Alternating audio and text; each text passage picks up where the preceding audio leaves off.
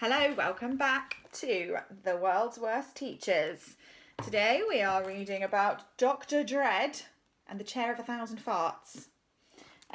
King Flamingo was a bit nervous about this chapter, so he's got a clothes peg on his nose just in case there are some terrible smells involved, which I think there might be. Dr. Dredd and the Chair of 1,000 Farts. This is a horror story. Do you dare to read on? No? Then turn to the next story. Yes, you have been warned, and don't blame me if you have nightmares. Dr. Dredd was the most horrifying teacher who ever stalked the earth. He was half man, half monster. The science teacher revelled in his own horrifying appearance. He loved the fact that all the kids at Grunge Hill were terrified of him. The man smirked to himself as they darted out of his way. Dr. Dredd's face was permanently scrunched up like an angry walnut holding a monocle in place. It looked as if he had just one beady eye like a cyclops. He had long ginger sideburns, or mutton chops, creeping all the way down to his chin. Ginger hair exploded from his nose and ears like wildfire. His teeth were long and pointed like fangs. His nose was a wonderland for warts. There he is. He always wore the same white laboratory coat, except this white laboratory coat had not been white for centuries, as he never ever washed it. It was so thick with grime and grease it was actually a deep shade of brown. There were so many stains on it: egg, brown sauce, blood, cream cheese, custard, snot, spaghetti sauce, drool, marmalade, lard. If you dipped it into boiling water, you could have made soup.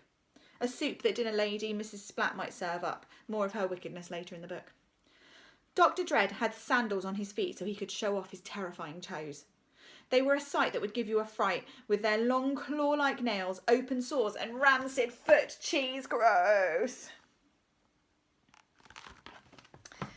When Dr. Dredd marked your homework, it would be returned with all sorts of nasties stuck to it. Snot, drool, dandruff, nasal hair, fingernail grot, foot cheese, earwax, pus, a wart, a bit of a broken tooth. Something purple that, despite being sent to the laboratory for tests, no one knew what it was. So far, so monstrous. But I haven't even told you the most horrifying thing about Dr. Dredd yet. His bottom burps. Pfft. He blew off all the time.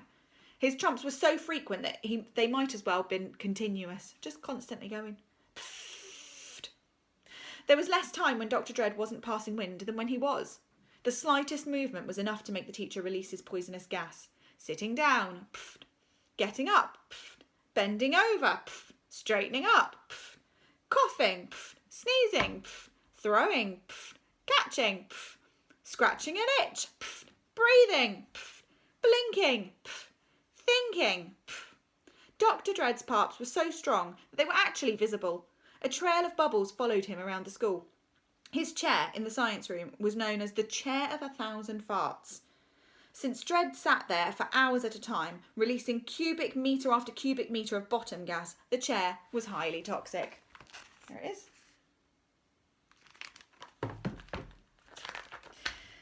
Once, as a dare, a girl put her nose right up against the seat of the chair. Immediately, she passed out and slumped to the floor. Thud. When she couldn't be revived, an ambulance was called. Nee-naw, nee-naw. The girl was rushed to hospital where she was kept in an isolation ward for a week. Beep, beep, beep. Months later, the girl returned to school, but she was never the same again. During lessons, she just sat at the back of the class, staring forward, silently rocking, a look of unspeakable horror in her eyes. So, if one of the pupils in Dr. Dredd's science class did anything wrong, he had the perfect punishment. He would make them sit in the Chair of 1,000 Farts. No! No!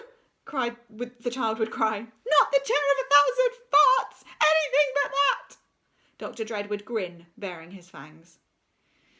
Yes, boy, come here, he would say, beckoning as he rose up out of his chair, of course leaving one last brown bubble behind. Pfft. The child would then be led to the chair and ordered to sit. Reluctantly, they would. The entire class would look on at Dredd's poor victim, feeling the bottom burp slowly engulf them, or engulf them. Ah! They would scream as Dr. Dredd let out an evil cackle. Ah! Ah! Right, who else dares talk in my lesson? There would be silence. One day, a boy arrived at Grunge Hill who would become the teacher's greatest foe. A boy so gruesome he made Dr. Dredd look like a beautiful princess. You might think that would be impossible, but you'd be wrong. That is because you've not met Bog. Bog was a boy who looked like he'd risen from a swamp rather than being born. No one knew if Bog was his real name or not, but it was certainly apt. Like a bog, he was damp and muddy. He had worms in his pockets, twigs and leaves in his hair, and moss growing out of his ears. When the boy walked, there was the sound of squelching. Squelch, squelch, squelch. Not only was he gruesome to look at, but Bog was bad too. Immediately, he became known as the baddest boy in school. Bog never ever did his homework. His excuse? I ate it. Which was true. When the teacher became angry, Bog would snort with laughter. He swiped all the loo rolls from every toilet in the school. Then he wrapped the history teacher, Mr. Obsolete, in it while he was snoozing, so he looked like an Egyptian mummy.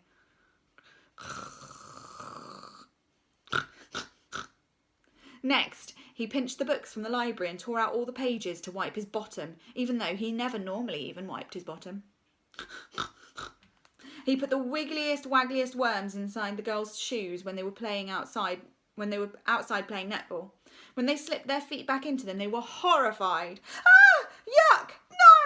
No! He let the air out of all of the footballs and replaced it with his own bottom burp so that every time someone kicked the ball, a stink came out.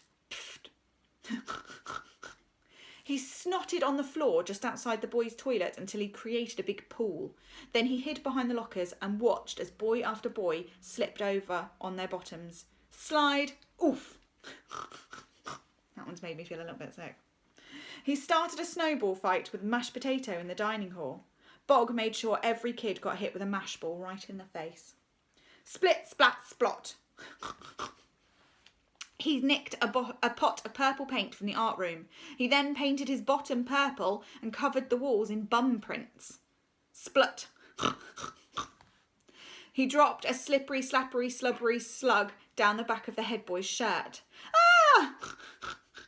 He tricked some younger kids into swallowing live tadpoles by telling them they were yummy chocolate balls. Oh! I want my mummy! However, Bog would save his absolute worst behaviour for his science lesson. He knew he'd met his match in Dr. Dredd and was hell-bent on getting the better of him. If the boy was warned not to spill the bubbling liquid he was holding as it would burn through the worktop, he would pour it straight onto it. If Bog was ordered not to stick the iron filings to his face to create a comedy beard, he would do it anyway. Ta-da! There's a little picture of him, the iron filings on his face. If Bog was told never to mix two acids together as they would cause an explosion, the boy would do just that. Kaboom. Bog! Dredd barked one afternoon, spraying the entire class with his spittle. You are in deep, deep doo-doo. What have I done now, sir? Replied Bog with a smirk. Stuck this piece of paper to my back. Dr. Dredd turned round. On his lab coat was a sign that read, Beware toxic gas. All the rest of the children in the classroom sniggered nervously. Quiet! Boomed the teacher. And there was quiet. Dredd continued. Bog, I have the perfect punishment for you. One that is guaranteed to reduce even the naughtiest of children to floods of tears. Bog, I command you, you must come and sit in my chair of 1,000 farts. As the teacher rose from his chair, all eyes in the science room turned to the back of the class. To the surprise of all the kids, Bog had a big, fat grin on his face. Gladly, sir, the boy replied brightly. With that, he hopped off his stool and skipped to the front. Before Dredd could order the boy to sit, he had already bounced down onto the chair. Squelch. Sighed Bog, his nostrils flared to savour the scent, like a cartoon child sniffing gravy in a television commercial. What a delicious aroma! Dr. Dredd looked lost. But, boy, This is the dreaded chair of 1,000 farts, he thundered. Bog's expression turned to one of quiet concentration. Then a trumpet sound came from his bottom. Make that 1,001, sir. Sniggered the kids. Silence! Thundered Dredd. This only made them laugh some more. I said silence! But it was too late. Dredd had lost control of his classroom. Get back to your place at once! At once! He bellowed. The boy jumped up and with a spring in his step bounced back onto his stool. The teacher slumped back down into his chair of 1,001 farts, defeated. As if that wasn't bad enough, Dredd began choking. He seized his neck with his hand and retched. Bog! That stink bomb Bog had left behind was absolutely lethal. It was far worse than his own bottom burps. In comparison, they smelt like the sweetest perfume. For your information, the sweetest perfume is, in fact, my own scent. A whiff of Walliams, 99p a gallon. Dring! The bell rang for the end of the lesson as a still choking Dr. Dredd slid down onto the floor. Slap. Lying there in a pool of his own spittle, the once feared teacher was determined to do something, anything, to get revenge. And he does actually look like an evil supervillain. Okay, we'll find out what his revenge against a Bog is next time. Bye.